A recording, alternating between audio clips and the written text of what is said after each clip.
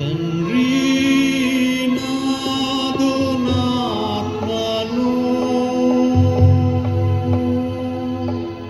నీకు అప్పగింతును. తండ్రి నాదు నాత్మను నీకు అప్పగింతును. అంచుగొప్ప కేకతో ప్రాణమును విడిచెను. అంచుగొప్ప కేకతో ప్రాణమును విడిచెను.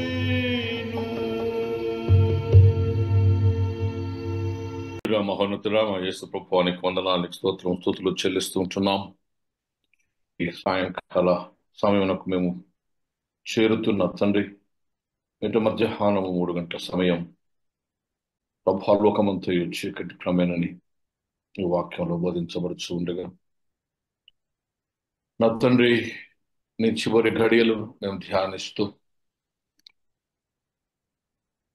నీవు శిలువపై పలికినటువంటి 7వ మాటను ధ్యానించొచ్చు ఉండగా, నీ వాక్యంలోని నీ మాటలోని సత్యమును ఆత్మీయతను మాకు విరుద్ధపరచమని మా మధ్యకు ఆహ్వానిస్తూ యేసుక్రీస్తు పేట తండ్రిని వేడుకొంచున్నాము స్వామి. Amen. Amen. Once again, good afternoon and welcome to the seventh word. 7వ మాట, క్రీస్తు యేసు ప్రభువు శిలువపై పలికిన 7వ మాట. మనం ఇప్పటి వరకు దాదాపుగా 6 మాటలు మనం ధ్యానించున్నాం. 7వ మాట లూకా సువార్త 23వ అధ్యాయము 46వ వచనం. అప్పుడు యేసు గొప్ప శబ్దంతో కేక వేసి, తండ్రి నీ చేతికి నా ఆత్మను అప్పగించుచున్నాను. గొప్ప కేక వేసి, తండ్రి నీ చేతికి నా ఆత్మను అప్పగించుచున్నాను. ఈ వాక్య ధ్యానానికి ముందు ఒకసారి ఈ 7 మాటలు ఒక్కొక్క మాటలో మనం జ్ఞాపకం చేసుకుందాం. మొదటి మాట క్షమాపణ, forgiveness, a great mind of God and Christ. ఆ శ్రమలో కూడా, ఆ బాధలో దుఃఖములో కూడా ఆయన ఇతరుల కొరకు ప్రార్థన చేస్తున్నాడు. కనికరపడి ప్రార్థన చేస్తూ ఉన్నాడు. వారిని చూసి అయ్యో వీరు they are unable to understand, గ్రహించకపోతున్నారని బాధపడుతున్నాడు.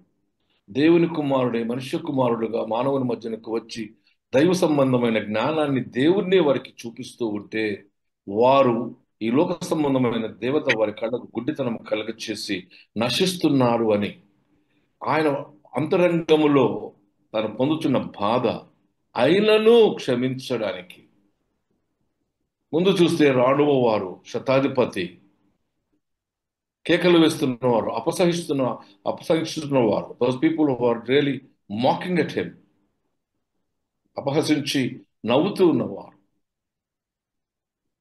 వీరందరినీ చూస్తూ ఉన్నాడు.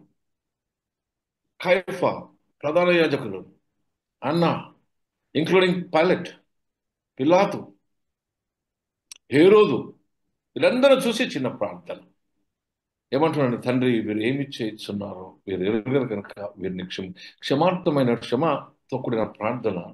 2 అక్కడ గొప్ప కార్యాలు చూస్తాం. ఒకటి ఏంటంటే దొంగ మార్పు. శతాధిపతి చివరికి అంటాడు, ఈయననే నిజముగా దేవుని కుమారుడు, is the son of God. 2వ మాటకు వచ్చేటప్పటికి మనము రక్షణ చూస్తాం.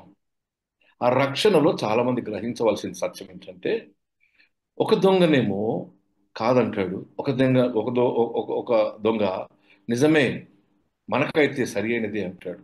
Here is the formula of repentance. పశ్చాత్తాపమునకు చక్కని ఫార్ములా ఉంది. మనము బైబిల్ అంతట్లో చూసినప్పుడు ఈ తప్పిపోయిన కుమారుడు చేసే ఆ ఫార్ములా పరీక్షించుకొని నీ కుమారుని అనిపించుకుంటే యువకుడిని కానుని లేచి తన తండ్రి వద్దకు ఎట్లా వెళుతాడో, ఈ దొంగ 3 విషయాలు చేస్తాడు చాలా ప్రాముఖ్యంగా. ఎందుకంటే మత్తయి సువార్త 6:33 ఏమంటుంది, seek ye first the kingdom, మొదట దేవుని రాజ్యమును ఆయన నీతిని వెతకండి, సమస్తము నీకు ఏమడుతుందని. ఈ దొంగ ఎగ్జాక్ట్లీ అదే చేశాడు. మొదట ఏం చేశాడంటే తన తప్పును, తన పాపాన్ని ఒప్పుకున్నాడు. దేవుని యొక్క నీతిని వెతికాడు. దేవుడు రాజు అని, యేసు ప్రభు రాజు అని, ఆ రాజు తన రాజ్యంతో తిరిగి వస్తాడని. ఇక్కడ మహా గొప్ప సంగతి ఏంటంటే, ఈ దొంగ ఈయన రాజుగా తిరిగి వస్తాడు. ఈ మరణం ఇతన్ని ఏమి చెయ్యలేదు. ఈ శిలువను దాటి వెళ్ళేవాడు ఈయన, సమాధిని దాటి వెళ్తాడు, వెళ్ళి తిరిగి సజీవుడిగా వస్తాడు, రారాజుగా వస్తాడని గ్రహించి ఆయన రాజ్యాన్ని వెతికాడు.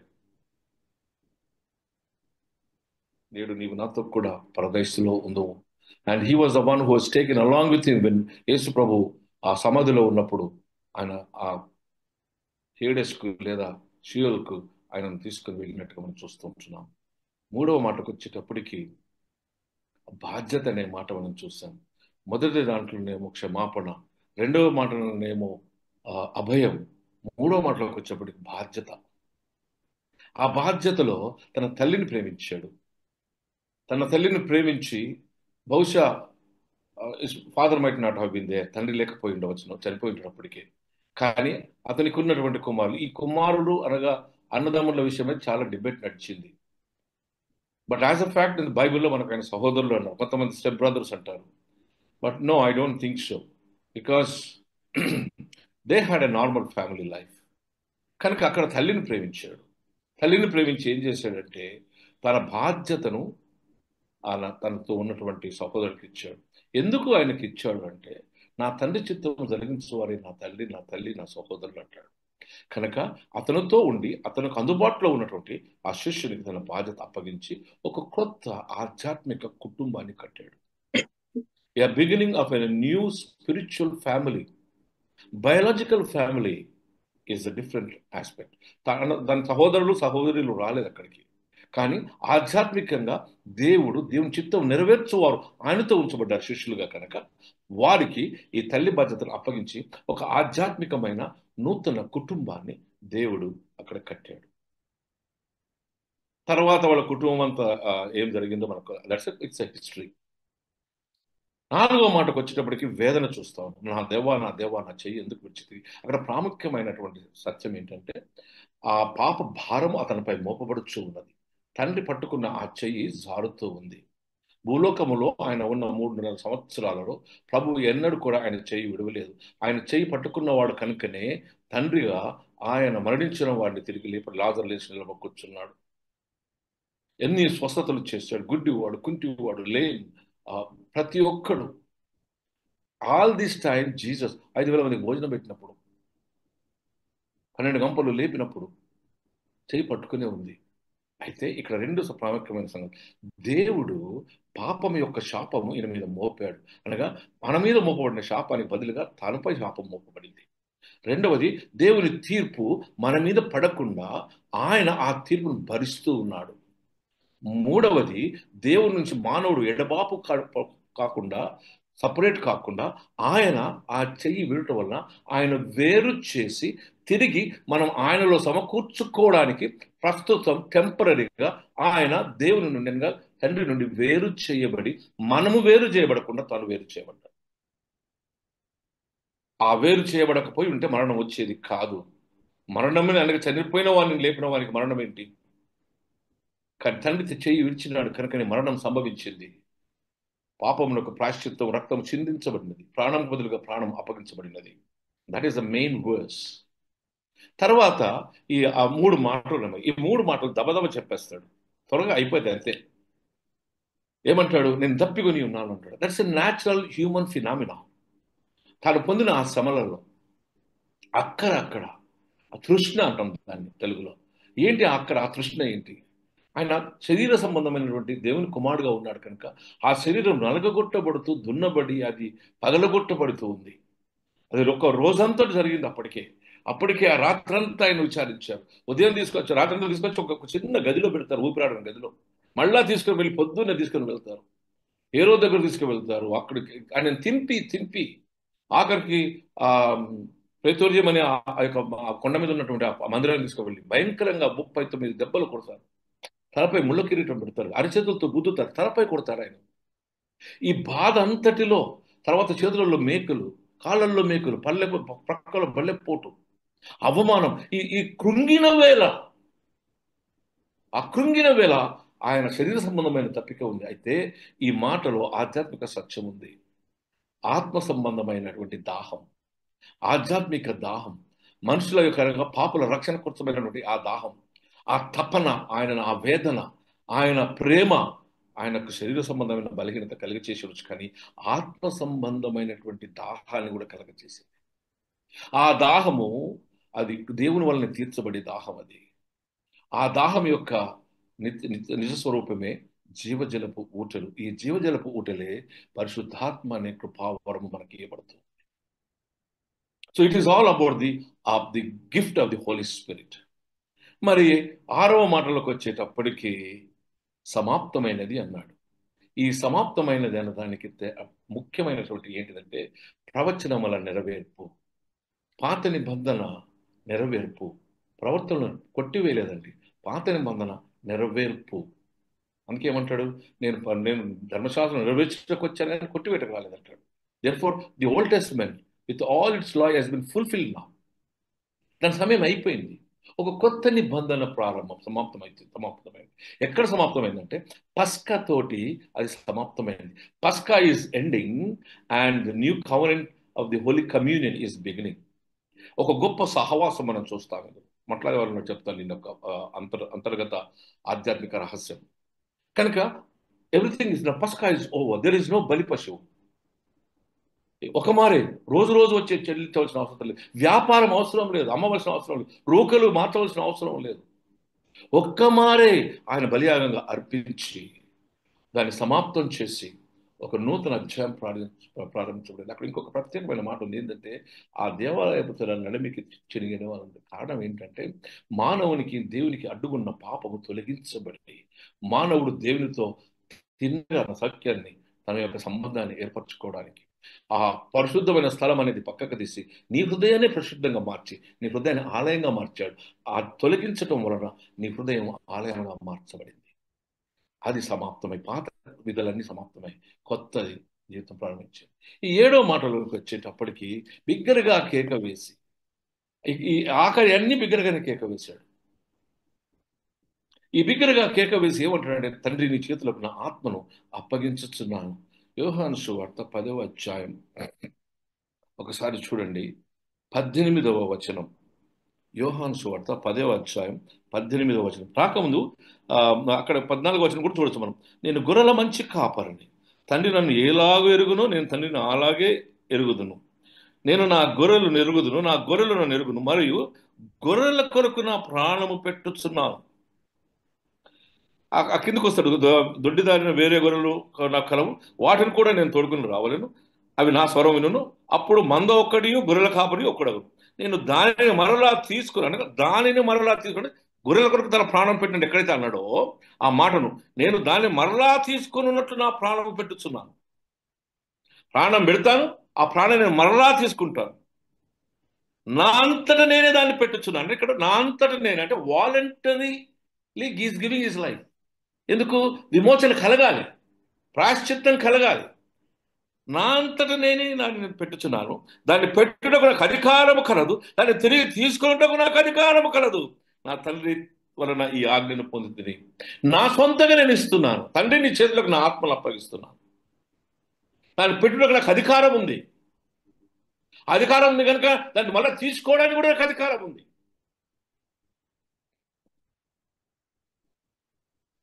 కనుక దేవుని బిడ్డలారా, బైబిల్ ఒక దగ్గర ఏమంటాడు, ఏ ఆత్మనైతే ఆయన పునరుత్థానంతో లేపబడిందో ఆ ఆత్మను మీకు ఇస్తానంటాడు. ఏ ఆత్మ? అది తండ్రి అయిన దేవుని ఆత్మ, కుమారుడైన దేవుని ఆత్మ. కనుక ఆయనకు తీసుకోవడానికి, ఇవ్వడానికి, తీసుకోవడానికి ఆయనకి అధికారం. తండ్రి వల్ల ఆజ్ఞ పొంది ఉన్నాడు కనుక తండ్రి నీ చేతులకు నా ఆత్మను అప్పగించుతున్నానని మనం జ్ఞాపకం చేయబడుతుంది. అంటే ఇక్కడ ఒక సదృశ్యం ఏంటంటే మన ఆత్మ, మన జీవితాన్ని, ఎందుకంటే మన జీవమే దేవుని ఆత్మ, మన నాసికాలంలో ఊదబడిన ఆ ఆత్మ. ఈ ఆత్మను నిత్యము ప్రతి దినము నువ్వు దేవుని చేతులకు అప్పగించుకోవాల్సినటువంటి ఆవశ్యకత ఉంది. ఎందుకంటే అక్కడ జ్ఞాపకం చేస్తున్నావు, ఇక్కడ నేను ఇవ్వడానికి నాకు అధికారం ఉంది, తీసుకోవడానికి అధికారం ఉంది. యేసుక్రీస్తులో ఉన్న వానికి నువ్వు ఇవ్వడం నీ యొక్క ఇవ్వబడితే తీసుకోవడానికి అధికారాన్ని కూడా ప్రభు ఇస్తాడు. ఎందుకంటే యేసుక్రీస్తు ఉన్న వానికి ఏ శిక్ష విధి లేదు. ఏ ఆత్మ అయితే క్రీస్తును లేపిందో ఆత్మ నిన్ను కూడా లేపుతుంది. నీ ఆలోచనలో, నీ తలంపులలో, నీ జీవిత విధానంలో, నీ బ్రతుకు విధానంలో, నీ ఆత్మను ప్రభువులకు అప్పగించినప్పుడు నీ ఆత్మ దేవుని ఆత్మ ద్వారా నడిపింపబడుతుంది కనుక నీవు మరణంలో నుండి జీవంలోనికి, చీకటిలోని వెలుగును నడిచి ఉంటావు. తన కొరకు తన ప్రాణాన్ని రక్షించుకున్నవాడు తను పోగొట్టుకుంటాడు అంటాడు. ఎప్పుడైతే నీ ఆత్మ దేవునికి అప్పగించుకుంటావో, నువ్వు దాన్ని దేవుని కొరకు పోగొట్టుకుంటావో, నువ్వు రక్షించుకుంటావు. That means you have the authority to take it back while you're living, still living in this world. నువ్వు లోకంలో జీవిస్తున్నప్పుడే దేవుడు నీ నీ ప్రాణంపై నీకు అధికారం ఇచ్చాడు. 7వ మాటలో ఉన్న సత్యం చాలా గొప్పది. ఆయన అధికారం ఎందుకు పొందాడంటే నీకు ఇచ్చాడు అధికారం. ఏమనంటే బ్రతికి ఉండగానే ప్రభుని ఎరిగి ప్రభువును ఒక నూతన సృష్టిగా చేయబడ్డ నీవు చచ్చిన తర్వాత కూడా ఆ ప్రాణాన్ని కాపాడుకునే అధికారం, ఆ ప్రాణాన్ని తిరిగి పొందే అధికారం నీకు ఇచ్చాడు. అందుకే యేసుక్రీస్తు యందు ఉన్న వారికి ఏ శిక్ష లేదని కారణం ఏంటి? అతను ఒక నూతన సృష్టి. ఏంటి ఆ నూతన సృష్టి? మరణించిన తిరిగి లేస్తాడు. లేచి విశ్వసించిన వాడు మరి ఎన్నడూ చచ్చిపోడు. And when here you see God sharing the authority of saving your own life. నీ వ్యక్తిగత జీవితాన్ని, నీ కష్టాల్లో, సుఖాల్లో, ప్రతి విషయంలో నీ ఆత్మను దేవునికి ఎప్పుడైతే అప్పగిస్తావో మరణించి తిరిగి లేచి మరి ఎన్నడూ మరణించని గొప్ప కృప దేవుడు తన అధికారాన్ని నీకు ఇచ్చినవాడిని జ్ఞాపకం చేయబడుతుంది. అందుకే ఈ 7వ మాట యొక్క అర్థం ఏంటంటే పరిపూర్ణత. బైబిల్లో 7 number 7 is called as a completed work, completed. అందుకే దేవుడు సృష్టిని కూడా 7 దినాలు చేస్తున్నాడు. That is where he completes everything. It's a resting day. It's a time of rest. 6 రోజులు చేసి 7వ రోజు పరిపూర్ణత అనేది అది కలుగ చేయబడుతుంది. Therefore the word 7 points to completion. Complete చేశాడు. బైబిల్ ఇంకొక సాదృశ్యం కూడా మనకు. స్టెఫెను అపొస్తలుల కార్యములు 7వ అధ్యాయం 59వ వచనంలో ఒక మాట అక్కడ ఆయనను ప్రభువా నీ చేతులకు నా ఆత్మను తీసుకో అంటాడు. అక్కడ ఈయన అప్పగించుడు కాదు. ఇక్కడ 2 తేడా ఉంది. ఈయననేమో అప్పగిస్తున్నాడు, ఆయనేమో తీసుకోమంటాడు. ఎప్పుడైతే ఆయన ప్రభా నా ఆత్మను నువ్వు చేర్చుకోమని ప్రార్థన చేస్తాడో రాళ్లతో కూడా చెప్తారు ఆయన. ఈ ఇద్దరి మధ్యలో ఉన్న తేడా ఏంటిదంటే ఒకరేమో తన మరణ సమయం తెలుసు, ఇంకొకరికేమో మరణ సమయం తెలియదు. కనుక నువ్వు తీసుకో అంటున్నాడు. Here he is asking God to take his spirit, whereas here God in Jesus is giving his spirit back to the Lord voluntarily. ఇద్దరి మధ్యలో తేడా ఏంటంటే ప్రభువుకు సమయం తెలుసు, స్టెఫెన్కు ఆ సమయము తెలియదని మీకు జ్ఞాపకం చేస్తుంటున్నాం. నిజమే దేవుని బిడ్డలారా, is again addressing the father. మొదటి మాటలో తండ్రి అన్నాడు, 2వ మాటలో మళ్ళీ తండ్రి దగ్గరికి వచ్చాడు. తండ్రి మీరు ఏం చేస్తున్నారో అన్నాడు. ఇక్కడ మన తిరిగి తండ్రికి తనకున్న సంబంధాన్ని తిరిగి పునరుద్ధరించుకుంటున్నాడు. తండ్రి మధ్యలో ఏడ్చాడు, నా దేవా నా చెయ్యి ఎందుకు విడిచితివి అన్నాడు. సమాప్తమైందని ప్రభు మన చేతులు అప్పగిస్తున్నాడు. This is an eternal union. అప్పగించటం వలన శరీరధారి అయి మన మధ్యకు వచ్చినటువంటి ఆ దేవుని కుమారుడు తిరిగి పరిపూర్ణమైన గాడ్ హెడ్ అనగా తండ్రితో ఐక్యపరచబడు సమయం వచ్చి ఉంది కనుక ఈ మరణం అనేది అది భూలోక సంబంధమైన నుంచి అది తీసుకుని వెళ్ళి ఆత్మ సంబంధమైన పరలోక సంబంధమైన ఐక్యతలోనికి చేర్చబడడానికి నిదర్శనం. The completeness points to the spiritual reunion of the Father and the Son together.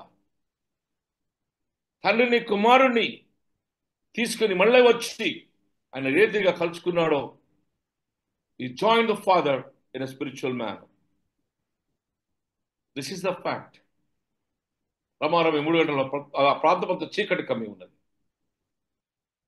చాలాసార్లు మనం ఇక్కడనే ఎండ్ చేసుకుంటాం. ఒక 3 మాటలు నీతో కొద్దిసేపు నేను పంచుకోవాలని ఆశపడుతూ ఉంటున్నాను. మరణించిన తర్వాత ఏం జరిగింది? మత్తయి సువార్త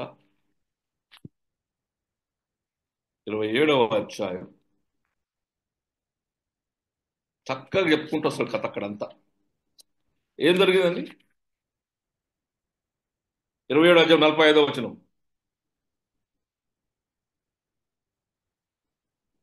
చీకటి క్రమేను యేసు ప్రభు ఈ 9th అవర్ అంటే 3 గంటలు, మధ్యాహ్నం 3 గంటలు, 9 గంటల నుంచి మధ్యాహ్నం 3 గంటల మట్టుకు దాదాపుగా 6 గంటలు కదండి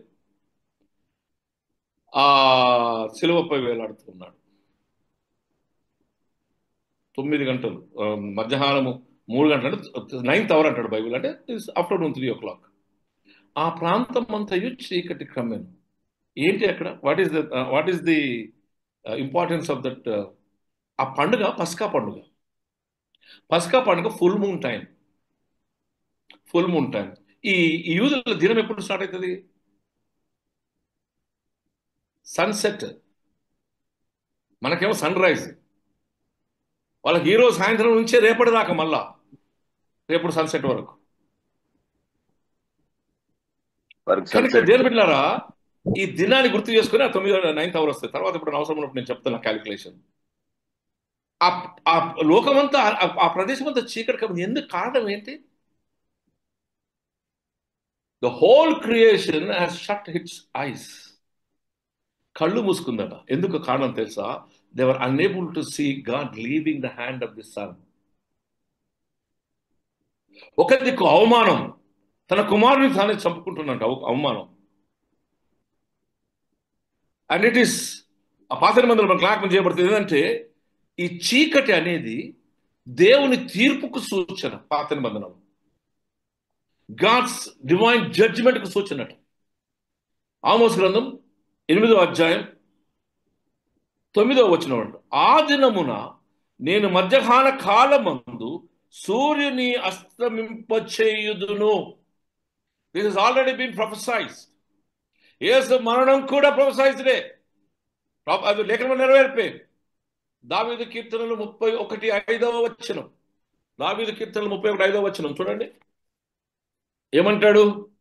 నా ఆత్మను నీ చేతికి అప్పగించుచున్నాను అంటాడు. This all everything is the fulfilment of the prophecies. Amos గ్రంథంలో ఎప్పుడో చెప్తున్నాడు, 100 సంవత్సరాల కిందటనే. ఆ దినమున నేను మధ్యాహ్న కాలమందు, ఆమోస్ గ్రంథం 8:9వ వచనం, నేను సూర్యుని అస్తమింపచేయుదును. ఈ పాపం యొక్క భారం, దేవుని తీర్పు యేసు భరిస్తూ ఉన్నాడు. ఈ భరించడం అనేది, ఆ భయంకరమైన వేదనలో ఈ చీకటి సూచనగా కనపరచబడుతుంది. చీకటిని భరించి చీకటిని తీసివేయడం, దాని నిదర్శనంగా ఆ కాలమంతట కూడా, ఆ సమయంలో సృష్టి యావత్తు తను తాను కప్పుకున్నదన్న దానికి ఒక మాట ఒక భక్తుడు చెప్తున్నాడు. It is covering its eyes, not unable to see the suffering of the Son of God. What a wonderful word. It is the sign of the judgment of God. ఎందుకో తెలుసా? ఇవి సిలువ తర్వాత జరిగినవి. It leads to the establishment of the church. సిలువ తర్వాత జరిగేటివి ఇవి మెల్లగా ఒకటి తర్వాత ఒకటి, they point to the establishment of the church. సంఘము యొక్క నిర్మాణమునకు, ప్రారంభమునకు నాందిగా ఇవి చెప్పబడుతూ ఉన్నాయి. రెండవది, దేవాలయపు తెర పైనుండి కింది వరకు చినిగిపోయింది. ఇక్కడ గమనించాల్సింది ఏంటో తెలుసా? అది దాదాపుగా 70 ఫీట్ల ఎత్తు, 40 ఫీట్ల వెడల్పు ఉంటుంది దేవాలయపు తెర. ఈ దేవాలయపు తెర ఏంటి అంటే, పరిశుద్ధ స్థలం ఉంటుంది. ఈ పరిశుద్ధ స్థలంలోనికి వేరే వారు ఎవ్వరు కూడా వెళ్ళడానికి వీలు లేదు. It is called holy of the holies. వేరే అక్కడ నిబంధన ఉంచబడుతుంది. ఆర్క్ ఏంటంటే ప్రభు ఇచ్చిన 10 ఆజ్ఞలు. అక్కడ ఆ నిబంధన ఉంచబడుతుంది. సంవత్సరం ఒక్కసారే ద డే ఆఫ్ అటోన్మెంట్ అంటే ప్రాయశ్చిత్తం చెల్లించబడినప్పుడు ఆ రక్తాన్ని చిందించడానికి ప్రధాన యాజకుడు ఒక్కడు మాత్రమే అక్కడికి వెళ్తాడు. ప్రధాన యాజకుడు మాత్రమే అక్కడికి వెళ్తాడు. రెండవది, చాలా దొడ్డు బట్ట. అది పైనుండి కిందికి వెళ్ళి ఎవరైనా చింపిండు అనుకోసం, మనం కిందికి వెళ్ళి చెప్తాం కాదు, అది పైనుండి కిందికి చినిగింది. It is torn by the ultimate power. ఒక భక్తులు ఏమంటాడంటే, అది దేవుని వలననే కలిగే మానంతో కాదది. నోబడికి అక్కడ పోయేందుకు ఛాన్స్ లేదు. ఒకవేళ ఎవడన్నా పోయి చింపినా that is no chance. You can not tear it. అంత బలమైన బట్ట అది, దొడ్డు ఫ్యాబ్రిక్ అట. అది పైనుండి జరిగింది కనుక ఇది దేవుని కార్యం. ఏంటి ఈ యొక్క తెర చినగడం? ధర్మశాస్త్రం నెరవేర్చబడినది. టెంపుల్ రిచువల్స్ అంటే బలి ఇయ్యడం అనేది అయిపోయింది. మానవునికి దేవునిగా అడ్డుకున్నటువంటి ఈ పాపపు తెర తీసివేయబడి ఉన్నది. పరిశుద్ధతలోనికి నీవు ప్రవేశించి నీవు పరిశుద్ధునిగా మార్చడానికి దేవునితో తిన్నగా వ్యక్తిగతంగా ప్రతి ఒక్క కుటుంబం, ప్రతి ఒక్క వ్యక్తికి దేవుడు ఈ సంబంధాన్ని ఏర్పరిచినట్టుగా మనం జ్ఞాపకం చేస్తుంటాం. దేవుని బిడ్డలారా, that place is the place where God dwells. ఆ పరిశుద్ధ స్థలము దేవుని నివాస స్థలం. ఎందుకనగా టెంపుల్ అనేది ఆ దినాలలో దేవుని యొక్క నివాస స్థలము. from where God used to talk to the people of God. పర్ణశాలలో ఆయన మేఘారుడే దిగి వచ్చి మాట్లాడాడు. దానికి నిదర్శనంగా టెంపుల్. ఎప్పుడైనా నేను ఈ ట్రాన్స్లేషన్ చెప్తాను. ఫ్రమ్ ది పర్ణశాల నుంచి సమాజ మందిరాల నుంచి టెంపుల్కి ఎట్లొచ్చిందని నేను జ్ఞాపకం చేసిన తర్వాత. ఎందుకంటే దేవుని బిడ్డలారా, ఆ హోలీ హోలీస్ లో దేవుని యొక్క నిబంధన ఉంచబడుతుంది కనుక అక్కడికి ఎవరు వెళ్ళారు. ఇప్పుడు ఏమైంది? ఆ తెర తిరగటం వలన ఆ నిబంధన గాని పరిశుద్ధ స్థలము గాని నీలోనికి వచ్చేసింది. ఎందుకంటే మీ హృదయములు దేవుని ఆలయంలో మీరు ఎరగరా, దేవుని ఆత్మ మీలో నివసించుచున్నది. ఎక్కడ కొరింథీ రాసిన పత్రిక 3వ అధ్యాయం 16-17 వచనాలు మనం చూస్తాం ఈ మాట. నిజమే, the veil separated man and human being because man cannot come to God because of the sin. There is no need of the high priest now. Atonement can be given by you because Jesus has given you. Yes, నీకు ఇచ్చాడు కనుక ప్రాయశ్చిత్తం నువ్వే చేసుకోవాలి పశ్చాత్తాపంతో. ఇక రక్తం అవసరం లేదు, యేసు రక్తమే ఇవ్వబడింది. నీ రక్తం అవసరం లేదు. ప్రధాన యాజకుడికి లేడు, ఆయననే he has become eternal high priest. నిత్య ప్రధాన యాజకుడిగా మనకి ఇవ్వబడి ఉన్నాడని దేవుడు మనకు జ్ఞాపకం చేస్తాడు. Everybody has a direct access now. ప్రధాన యాజకుని అవసరత లేదు. హెబ్రీయులకు రాసిన పత్రిక 10వ అధ్యాయం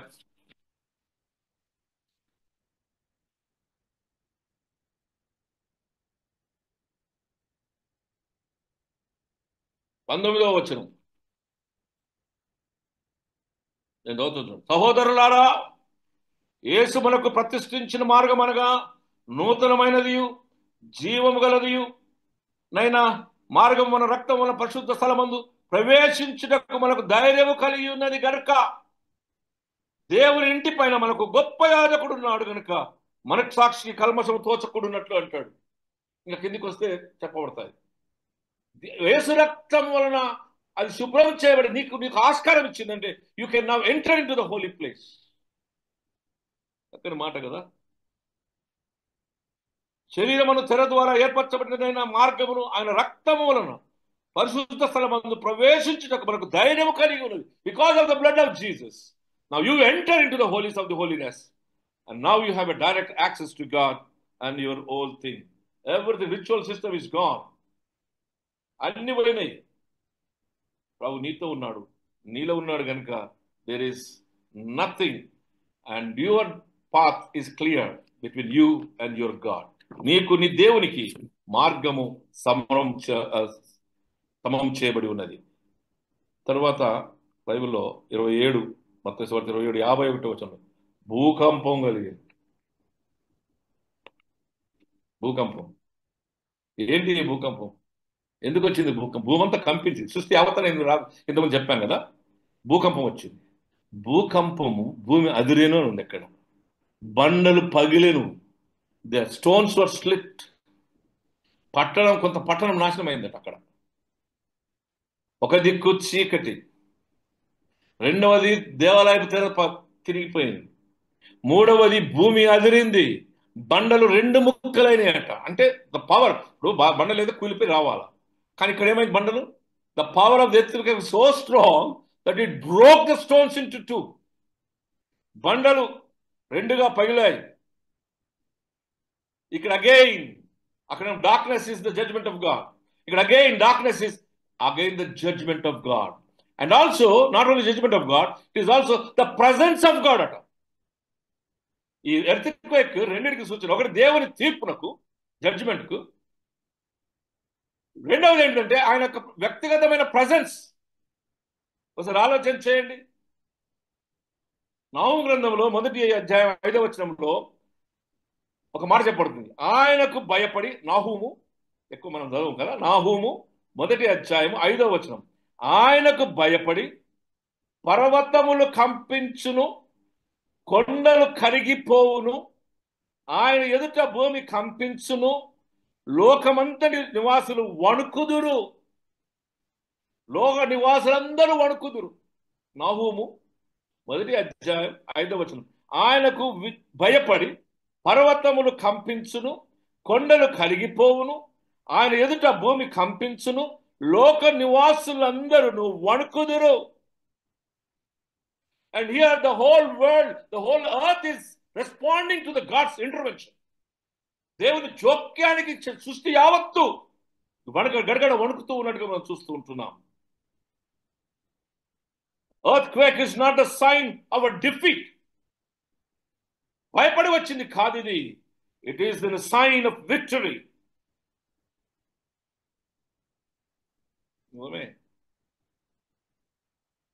అక్కడ 10 ఆజ్ఞలు ఇచ్చినప్పుడు, ద్వితీయోపదేశ కాండం 19వ అధ్యాయంలో 10 ఆజ్ఞలు ఇచ్చినప్పుడు ఏమైంది? అక్కడ కూడా కంపించింది. పునరుత్థానకు ముందు దేవదూత దిగి వచ్చి రాయిని తొలగించినప్పుడు అప్పుడు కూడా భూమి కంపించింది. భూమి కంపించడానికి దేవుని తీర్పునకును దేవుని యొక్క ప్రత్యక్షతకు ఇది ప్రతిరూపమని జ్ఞాపకం చేస్తుంటున్నాను. Now God's spirit is amongst us. You see God from above. ఆ కొండ మీదకి దిగి వచ్చి సీనాయి పర్వతం మీదకి దిగి వచ్చినప్పుడు మోసేతో మాట్లాడుతున్నప్పుడు భూమి అంతా కంపించింది. కొండంతా గడగడలాడింది. పునరుత్థానంలో రాయిని తొలగించిన దేవదూత దిగి వచ్చినప్పుడు భూమి గడగడలాడింది.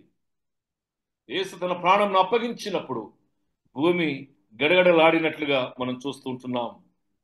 ఆయన రిజరక్షన్ లో కూడా మత్తయి సువార్త 28వ అధ్యాయం 2వ వచనంలో మనం సంగతిని మనం గమనిస్తాం. నిజమే, when the angel came and rolled the stone, the whole earth shook అనే మాట జ్ఞాపకం చేయబడుతుంది. ఇక్కడ ఇంకొకటి జరిగింది, 5వ ప్రాముఖ్యమైనది. ఇదేంటిదంటే అంటే 2 భూకంపాలు. ఒకటేమో చనిపోయినప్పుడు, రెండోదేమో ప్రభువు లేచినప్పుడు. తర్వాత ఈ మొదటి ఎత్తుకు వచ్చిన తర్వాత సమాధులు తెరవబడ్డాయి. ఏందయ్యా ఈ సమాధులు తెరవబడ్డం? సమాధులు తెరవబడ్డమే కాదు, అందులో వాళ్ళకు చనిపోయిన వారు లేచారు. అందులోకి వెళ్ళి లేస్తారు, కానీ 3వ దినమున మాత్రమే వాళ్ళు వీధులకు వస్తారు. ప్రభు లేచిన తర్వాత నాకు రాయడం క్లియర్గా రాయడం చూడండి ఒకసారి. 28 మత్తయి సువార్త 28 2వ వచనంలో,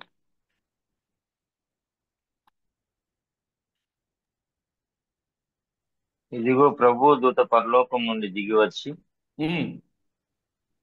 రాయి పొర్లించి దాని మీద కూర్చుండెను. అప్పుడు మహాభూకంపము కలిగెను. ఆ దూత స్వరూపము మెరుపు వలె నుండెను. అతని వస్త్రము హిమమంత తెల్లగా ఉండెను. 51 తర్వాత చూద్దాం. అప్పుడు దేవాలయపు ధర పైనుండి కిందికి 2గా చినిగాను, భూమి కంపించను, బండలు బద్దలాయను, సమాధులు తెరవను, నిద్రించిన అనేక మంది పరిశుద్ధులు శరీరం లేచను. వారు సమాధుల నుండి బయటకు వచ్చి ఆయన లేచిన తరువాత, చూడండి 53వ వచనం, ఆయన లేచిన తర్వాత పరిశుద్ధ పట్టణంలో ప్రవేశించింది.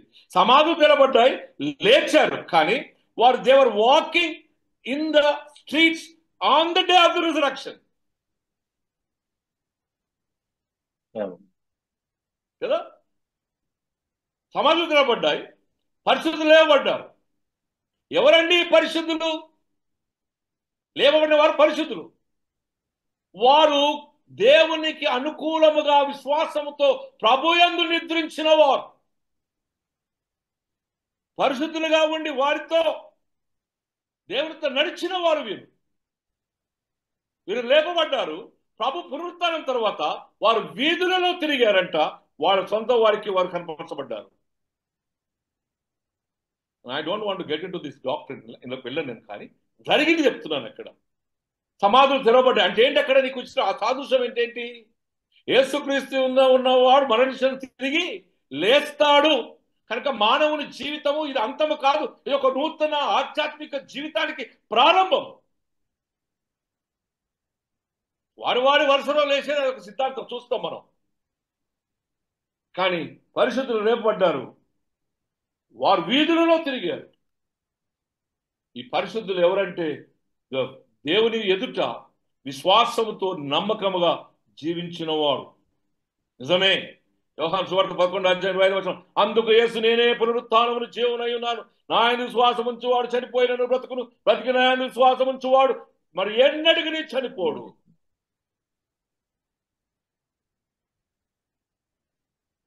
సమాధులకి లేపబడిన వారు పునరుత్థానమునకు సాక్షులై ఉన్నారు అని బైబిల్లో ఉంది. They are the witnesses of the whole resurrection. లేపబడిన వారు వీరు. సాదృశ్యం ఇంకోటి కూడా ఉందండి. ఏజ్కేల్ గ్రంథం 37 మొదటి 12 వచనాలలో ఆ చచ్చిపోయిన ఎండిపోయిన ఎముకల వ్యాలీ ఆఫ్ డ్రై బోన్స్ దేవుని మాట ఫలాలు తిరిగి జీవాన్ని పొంది సమకూర్చబడతాయి. Everything comes together. మురిగిపోయిన లాజరు లేచి వచ్చాడు. It is a symbol. మురిగిపోయిన ఎట్లా వస్తాడు లేచి? క్రియేటర్ కనుక, సృష్టికర్త కనుక దాని సమస్తం తిరిగి సృష్టించాడు. దేవుని బిడ్డలారా, ఈ సమాధులు తెరవబడడం పునరుత్థానమునకు సూచన.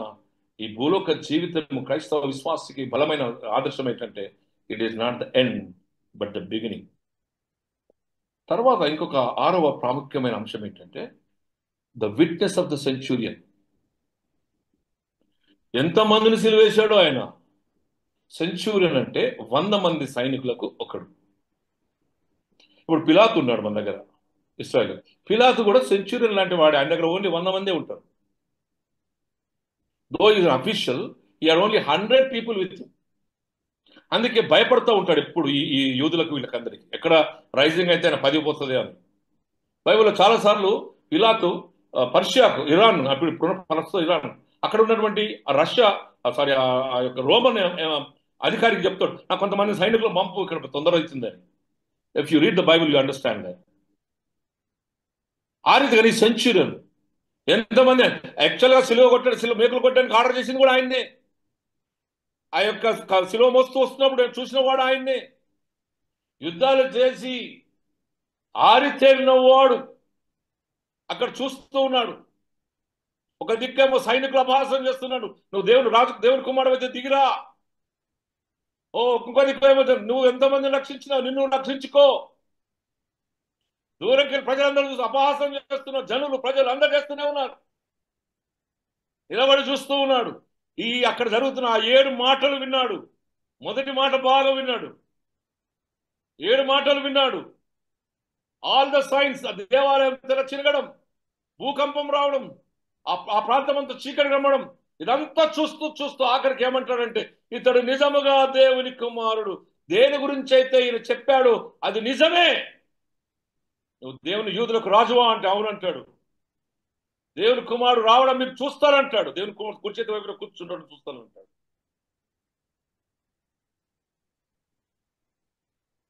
అది చూసి ఆయన ఏమంటాడంటే ఈయన నిజముగా దేవుని కుమారుడు. It is in a confession. It is in a confession. బాగా గుర్తుపెట్టుకోండి. ఈ కన్ఫెషన్ పేతురు అంటాడు అక్కడ. పేతురు, నువ్వేమనుకుంటున్నావు అంటే నీవు సజీవుడైన దేవుని కుమారుడు అయిన క్రీస్తు అంటాడు. నీ మీద సంఘం కట్టబడుతుంది అన్నాడు. ఈ విశ్వాసం మీద, not on faith of Peter but the faith of the Peter, confession of the Peter. ఇక్కడ ఈ ప్రధాన యాజకుడు అంటున్నాడు అంటే అన్యులు కూడా దైవత్వాన్ని చూసినప్పుడు ఇతడు దేవుని కుమారుడు అన్నాడు. క్రీస్తును చంపుతున్నది యాక్ట్ చేసినంత అన్యులే.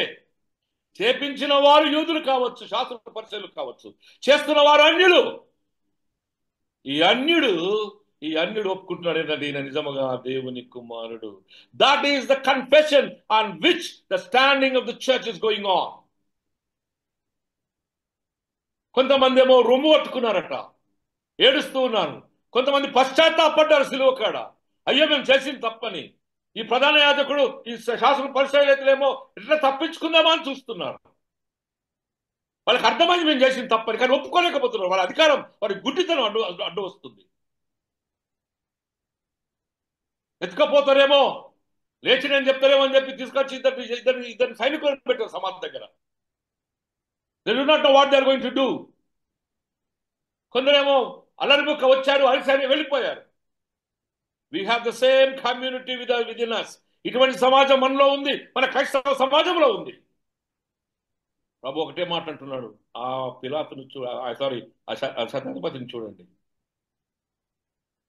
అతని కళ్ళు తెరవబడినవి, మనోనేత్రము నుంచి పొరలు రాలబడినవి, అతని నాలుక ముట్టబడింది కనుకనే సాక్ష్యం ఇచ్చాడు. హల్లెలూయా. ఈ దినాలలో చివరి భాగంలో చెప్తున్నాను దేవుని బిడ్డలారా, చూసేవారు అల్లరిముఖ ఉంటుంది, అపహసించేవారు కొంతమంది ఉంటారు, పశ్చాత్తాపడేవారు ఉంటారు, సాక్ష్యం ఇచ్చేవారు ఉంటారు. పశ్చాత్తాపము సాక్ష్యం ఇచ్చినటువంటి విశ్వాసం మీద సంఘము తిరిగి కట్టబడుతుంది. అంతము కాదు మరణం, అది ప్రారంభం. ఎక్కడైతే మన మారు పశ్చాత్తాపం, పాప క్షమాపణ ఉందో అక్కడ దేవునిలో దేర్ ఇస్ ఎ కన్ఫెషన్. ఎక్కడ కన్ఫెషన్ ఉందో అక్కడ ఫర్గివ్నెస్. ఎక్కడ ఫర్గివ్నెస్ ఉందో అక్కడ సాక్ష్యం ఉంది కనుక ఆ సాక్ష్యం మీదనే క్రీస్తు సంఘం కట్టబడుతుంది. And that is the beginning of the building of the church in this world. What is the church? Church is the continuous presence of God in this world. ఈ సంఘం అనేది, కట్టబడిన ఈ సంఘము దేవుని నిరంతర ప్రత్యక్షతకు ప్రతిరూపం. దేవుని నిరంతర ప్రత్యక్షతకు ప్రతిరూపం. And through the blood of Jesus on the cross, ఇచ్చుట కనికారం ఉంది, తీసుకుంటున్న కనికారం ఉంది. He is voluntarily given his life into the hands of God. ఆయన రానై ఉన్నాడు, తిరిగి రాబోతున్నాడు. మొదటిసారి వచ్చినప్పుడు నువ్వు లేవు సుమి, రెండోసారి వచ్చినప్పుడు నువ్వు ఉంటావో లేదు లేవు సుమి.